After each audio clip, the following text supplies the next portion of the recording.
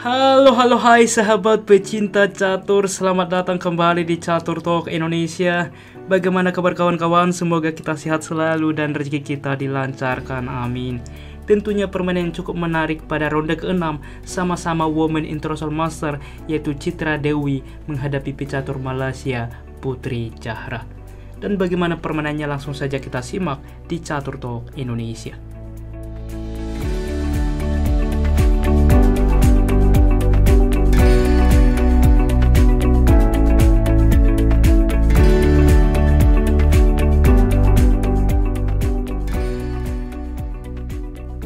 Baiklah teman-teman, di sini Putri Zahra memulangkah dengan pion ke C4. Ia memilih pembukaan Inggris, pion ke E5, kuda ke F3, kuda ke C6, pion ke G3 mempersiapkan fianchetto, gajah langsung ke C5, gajah ke G2, dan A6. Dilanjutkan dengan kuda ke F3, pion ke D6, lalu D3, kuda G ke E7, rokade. Dan biasanya hitam juga rokade, tetapi percaya atau tidak dimainkan H5. Kita melihat teman-teman, memang Citra Dewi terkenal dengan bermain agresif. Ia mencoba langsung membuka file H ke depan. Dilanjutkan E4 saat ini, lalu gajah ke E6, kuda ke D5, dan menteri ke D7 teman-teman. Khusus pemula biasanya jatuh dalam jebakan kuda memukul kuda jelas fatal karena pion memukul kembali, maka di forking salah satu perwira akan hilang, sehingga di dalam posisi ini menteri berkembang ke D7, di mana ke depan putih akan mendebak. Di sini hitam akan rokade sayap menteri atau rokade sayap raja. Dilanjutkan dengan gajah ke E3 saat ini, lalu gajah ke G4, langsung mengepin kuda, pion ke H3.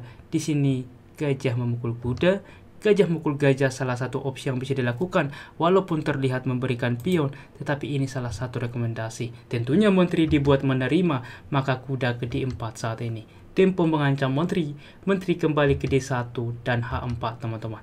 Lihat mendorong pion dan G4 dan kuda ke E6 saat ini. Kita akan melihat bagaimana manuver-manuver yang coba dilakukan oleh Citra Dewi. Pion ke B4 dimainkan, mengancam gajah, gajah ke D4 saat ini menempatkan di sentral mengancam benteng, benteng ke B1, lalu C6, di mana juga mengusir kuda dan pertukaran kuda pun terjadi, menteri memukul kembali, lalu menteri ke D2, di mana ke depan menambah tekanan dan langsung ditutup dengan G5 dan A3 saat ini. Dan sekarang jadi pertanyaan, bagaimana hitam untuk melanjutkan permainan? Percaya itu tidak, dicoba langkah menarik teman-teman menurut saya, yaitu dengan rokade teman-teman. Raja ke H2 saat ini dan raja ke G7, benteng ke C1, raja ke G6. Kita lihat bagaimana ia men-setup bahwa raja juga langsung ikut ke depan membantu permainan. Benteng ke C2, lalu menteri ke C7, secara tidak langsung mengetek raja ke depan.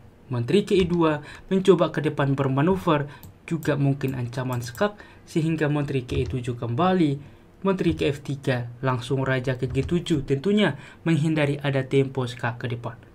Menteri ke D1, lalu benteng F ke C8. Mungkin rencana dari Citra mulai akan mendobrak permainan ke depan, karena yang sedang ada di papan adalah tertutup. Sehingga menteri ke F3 dilanjutkan, pion ke C5. Dilanjutkan menteri ke D1, pion memukul pion, pertukaran terjadi dengan benteng memukul pion, juga dengan harapan ke depan mungkin menumpuk benteng ke depan, sehingga juga mengancam pion, sehingga di sini gajah ke C5 dimainkan mengancam benteng. Gajah mukul gajah, pion memukul kembali, lalu benteng ke B6, di mana juga menumpuk ke depan, sehingga benteng ke C7. Dilanjutkan benteng ke B2, benteng ke D8 bermanuver ke depan, juga menambah support terhadap pion, juga dengan tempo mengancam pion. Menteri ke B1, di mana juga menambah tekanan, juga tetap melindungi pionnya, benteng ke D7, raja ke G1, dan kuda ke D8. Kita lihat teman-teman bagaimana manuver-manuver dari Citra Dewi sebelumnya. Juga saat ini semua perwira sudah cukup bagus posisinya, di mana juga kuda cukup kuat menambah support terhadap pion. Gajah ke F1 dilanjutkan, benteng ke D6 menawarkan benteng, benteng ke B3 tidak menerima, lalu menteri ke F6. Mungkin mencoba ke depan, bermanuver juga mengancam pion, mempersiapkan pion promosi. Di sini dilanjutkan dengan menteri ke E1 dan benteng ke D7 teman-teman. Sebelumnya apabila langsung bernafsu semisal menteri ke F3, ini adalah langkah yang sia-sia karena D4 maka tiada lagi opsi yang bisa dilakukan oleh hitam kecuali kembali. Lalu D5 kita lihat di sini pion justru kuat dan benteng menjadi sangat pasif. Untuk itulah teman-teman, kita kembali di dalam posisi ini dimainkan benteng C ke D7, dilanjutkan dengan menteri ke E3 saat ini. Benteng ke C6, lalu gajah ke E2. Dilanjutkan menteri ke E7 dan gajah ke D1. Kita melihat teman-teman, permainan di sini butuh kesabaran menunggu momen yang tepat untuk melakukan eksekusi ke depan. Kuda ke E6, lalu benteng ke C3, benteng ke D6, di mana ke depan menambah tekanan terhadap pion pusat. Di sini gajah ke 4 langsung mengancam benteng, memaksa benteng berpindah ke C7, gajah ke D1, dan kuda ke D4 saat ini.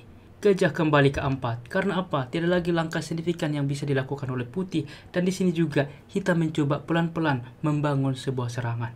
Raja ke G6 saat ini, gajah ke D1, dan disinilah dibuat B5 teman-teman. Sebuah dobrakan dan juga langkah kunci.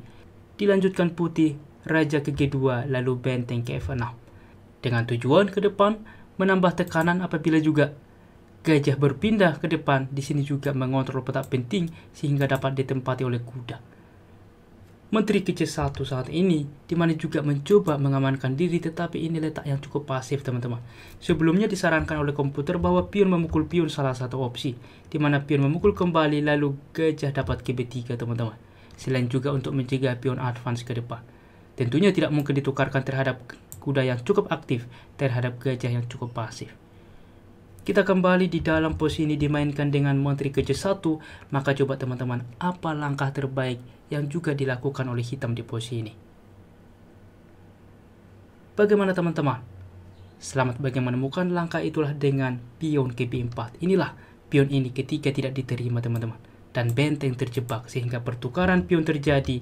Kita lihat benteng terjebak. Benteng ke C2 sehingga kuda langsung memukul benteng. Di sini hitam unggul kualitas. Menteri menerima kembali A5 saat ini, mempersolid pion. Menteri ke A4, lalu benteng ke C5, mensupport pion ke depan, membawa menteri mereposisi diri, membawa benteng, menambah tekanan terhadap pion. Benteng ke B3, menteri ke D8, menteri ke A1, lalu menteri ke B6 saat ini. Kita lihat membuka benteng ke depan secara tidak langsung ancaman skak, sehingga F3 dan benteng ke D6 saat ini. Raja ke F1, benteng ke D4. Dan apa yang harus dilakukan teman-teman? Di sini terlihat Zugzwang dan putih terasa putus asa. Ia memilih F4, memberikan pion. Karena apa? Semisal kita ambil langkah lain, semisal cukup logis raja ke E2 ya. Di sini menteri akan ke D6. Inilah yang coba di setup oleh hitam teman-teman. Menteri ke B1, disinilah langkah kunci benteng memukul pion. Apakah ini dikorbankan? Tentu tidak, karena setelah pion menerima, maka membuka benteng ke D2 skak. Raja ke E1, menteri ke D4, ancaman skakmat, memaksa gajah ke E2, maka A4 mengancam benteng. Apa tujuannya? Memang mengorbankan pion sehingga baris ke-3 kosong, menteri ke E3, ancaman skakmat, memaksa menteri ke D1, maka benteng memukul menteri skak, raja menerima A3, mempersiapkan pion promosi. Jelas di sini bahwa kualitas dari hitam lebih baik dibandingkan dari putih. Dan kita kembali teman-teman. Dan saat ini putih masih mencoba dengan F4, tentunya diterima oleh hitam, masih dilanjutkan G5. Tentunya raja juga menerima salah satu opsi. Di sini hitam tidak langsung terburu-buru, tetapi menteri ke D8 dengan harapan menteri ke depan yang memukul pion juga menambah tekanan terhadap pion, melakukan simplifikasi ke depan. Gajah ke E2 masih mensupport pion dan F3 memaksa pertukaran sehingga gajah memukul pion, benteng memukul pion. Dan di sini percaya atau tidak, waktu juga sudah sangat krisis, dimainkan menteri ke D1 dan putih menyerah. Karena apa? Ia menyadari teman-teman, semisal menteri ke B1 juga hanyalah buang-buang waktu karena benteng akan memukul benteng. Pertukaran di mana juga menteri memukul pion cukup signifikan, hitam lebih baik.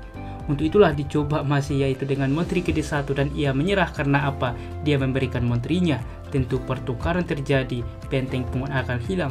Jelas beberapa langkah ke depan akan tercipta skakmat. Bagaimana teman-teman? Permainan cukup menarik yang dibawakan oleh Citra Dewi dan ia bersama Iren Karisma Sukandar memimpin permainan. Berikut adalah hasilnya teman-teman. Baiklah, demikianlah permainan hari ini, dan jika kawan-kawan suka dengan konten seperti ini, dukung kami dengan cara like, subscribe, dan juga share. Tentu kita support dan doakan pecatur kita, atlet semua juga yang ada di SEA Games, sehingga dapat mengharumkan nama bangsa, membawa medali emas ke Indonesia. Salam Catur Talk Indonesia, sampai jumpa di video berikutnya. Keep sharing and keep loving. Bye-bye.